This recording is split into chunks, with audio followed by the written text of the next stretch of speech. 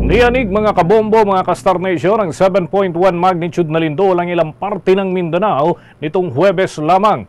At ayon nga sa report ng Philippine Institute of Volcanology and Seismology, naramdaman ito kaninang alas 10:13 ng umaga. Natukoy naman ang epicenter na nasa 71 kilometro sa timog kanluran yan ng bahagi ng Kalamansig, Sultan Kudarat. Mailalim ito na 651 kilometro at tectonic ang pinagmulan.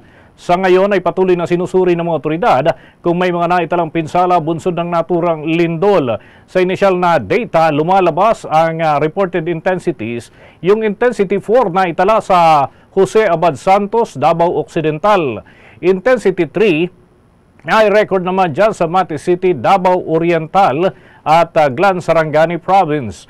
Ang intensity 2 na i-record sa Maragusan, Davao de Oro at Tagum City, Davao del Norte at Libungan, pati na sa Tulunan, Kiamba at Maitom at ganun din sa Malapatan sa Sarangani. Maging sa Coronadal City at General Santos City ay naitala rin ang intensity 2 at intensity 1 naman sa Davao City at maging sa Tandag at Lebak, pati na dyan sa Sultan Kudarat ay nai-record ang intensity 1 na pagyanig, mga kabombo, mga ka-Star Nation. So antabay tayo sa mga follow-upan ng ating himpilan dyan sa bahagi ng Mindanao. Ako na muna tayo dyan mga kabombo sa bahagi ng Mindanao dahil may naitalang malakas na pagyanig, 7.1 magnitude itong lindol at kumustahin natin ang naging epekto dyan sa mga residente sa mga naapektuhan lugar. May balita ang Bombo Radio, Jensen! Kaagad na naglibot ang mga personahe ng City Disaster Risk Reduction and Management Council dito sa lungsod matapos ang naramdamang pagyanig bandang alas 10:13 kaninang umaga. Ito'y kasunod ng magnitude 7.1 na lindol na yumanig sa Sultan Kudarat.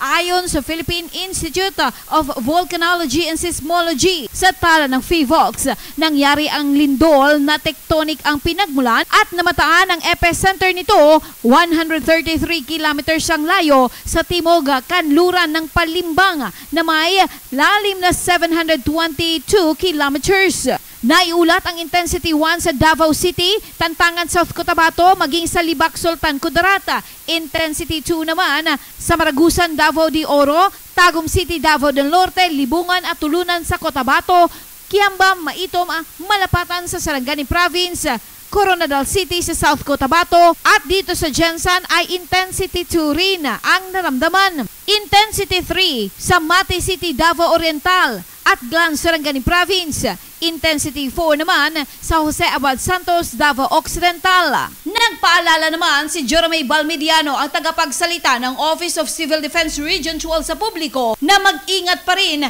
dahil sa mga aftershocks na patuloy na mararamdaman matapos ang pagyanig. Alala sa lahat at imbitasyon, every time we do quarterly earthquake drill, hindi natin alam kung kailan mangyayari. Yan ang ulat mula rito sa himpilan ng Bombo Radio Jensen. Ito si Bombo May Diklaro para sa the number 1 and most trusted radio network in the country, Bombo Radio Philippines, Bas Radio, Bombo!